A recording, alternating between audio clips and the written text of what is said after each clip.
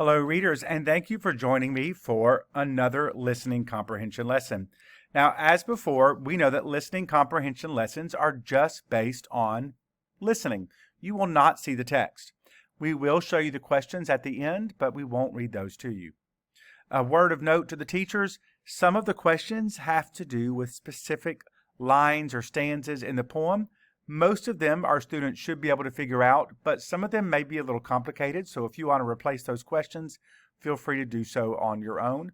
A list of these questions that I used in the video will be in the description. Are you ready? Let's get started. Before the tide. A day to relax by the shifting sea, but I'm as busy as a bee, as I design my castle so tall, with many rocks along the wall. Here is my bucket full of sand, and my pile of seashells so grand. All by herself my sister is gathering rocks, for her silly monster that wears water socks. I ask, what's that lump supposed to be? My sister is quiet as a statue and glares at me. My sand sculpture is surely superior, I cry. She looks over and yells, unoriginal, but nice try.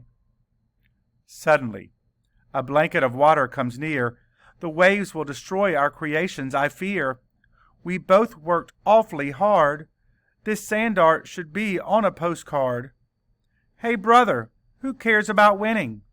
Mom snaps a quick photo, and both of us are grinning.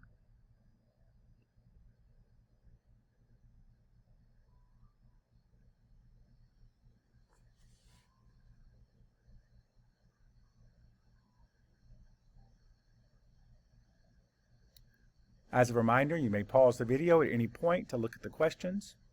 I also have definitions of some of the key words, like metaphor, to make sure our students know what to do, know what that means.